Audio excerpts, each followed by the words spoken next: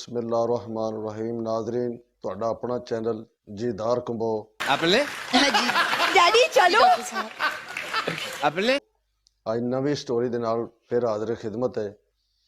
ते ये जनाब अज जिहड़ी साडी नवी स्टोरी है इहदे विच असीं तुहानूं दस्सांगे अरे कहना क्या चाहते हो कि पंजाब दे विच भी कानून नाफज हो चुका है इस चीज़ दा।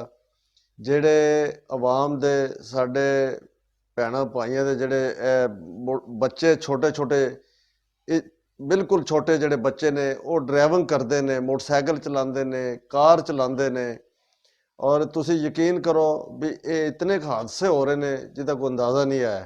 माँ बाप खुश तो हुंदा है अपने बच्चे नूं वेख के कि मेरा बच्चा मोटरसाइकिल चला रहा है या मेरा बच्चा जिहड़ा वो गड्डी चला रहा है, लेकिन नाजरीन एक उम्र के हिसाब नाल चीज़ां अच्छियां लगदियां ने। बगैर तजर्बे तो बगैर उस तो चलाना ये कोई अच्छी गल नहीं है। कंट्रोल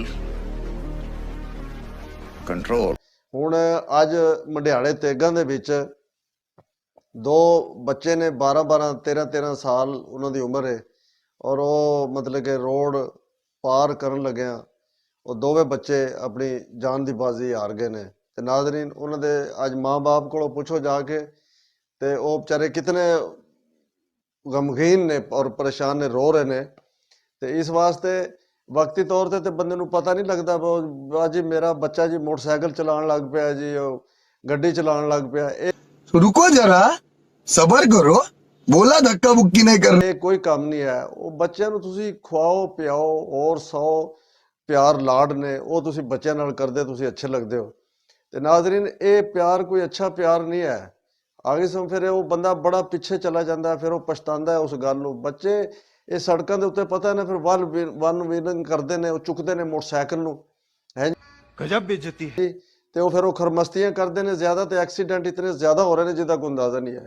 तो गरीब आदमी इस चीज़ नूं समझे। जितने भी मेरे भाई सुन रहे हैं मेरे प्रोग्राम नूं, वह तो मतलब तुहाडे फायदे की गल कर रहे हैं कि पंजाब दे विच भी उन्होंने बहुत सारा जुर्माना रखा इस चीज़ का। और हुण अज मैं देखा एक जगह के उत्ते एक बजुर्ग आदमी है, अगे पुलिस खड़ी है, वो हर मोटरसाइकिल वाले नूं चैक कर रही है। और मोटरसाइकिल वाले ने की कीता है, हालांकि वो बजुर्ग सी यानी 50-60 साल उसकी उम्र सी, ते उन्हें जनाब अपना हैलमेट भी पाई है, ते ਉਹਦੇ ਕੋਲ ना कोई लाइसेंस सी ना मोटरसाइकिल भी ਉਹਦੇ ਕੋਲ चोरी दी सी।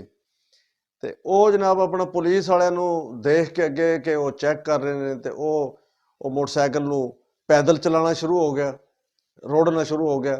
वो अगे फिर वो किसी बंदे ने पूछा भी तुहाडी मोटरसाइकिल ਨੂੰ की इस करते करते गल की है भी इस तरह।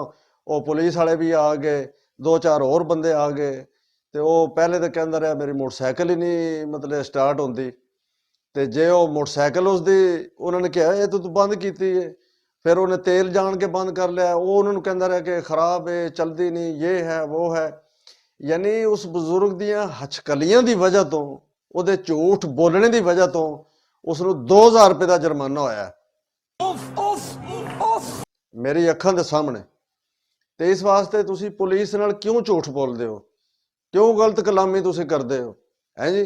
वो जिते खड़े ने वो चैक करते हैं। अगर तुहाडे कोल अपने कागजात तुहाडे पूरे ने तो तुहानूं की जरूरत है।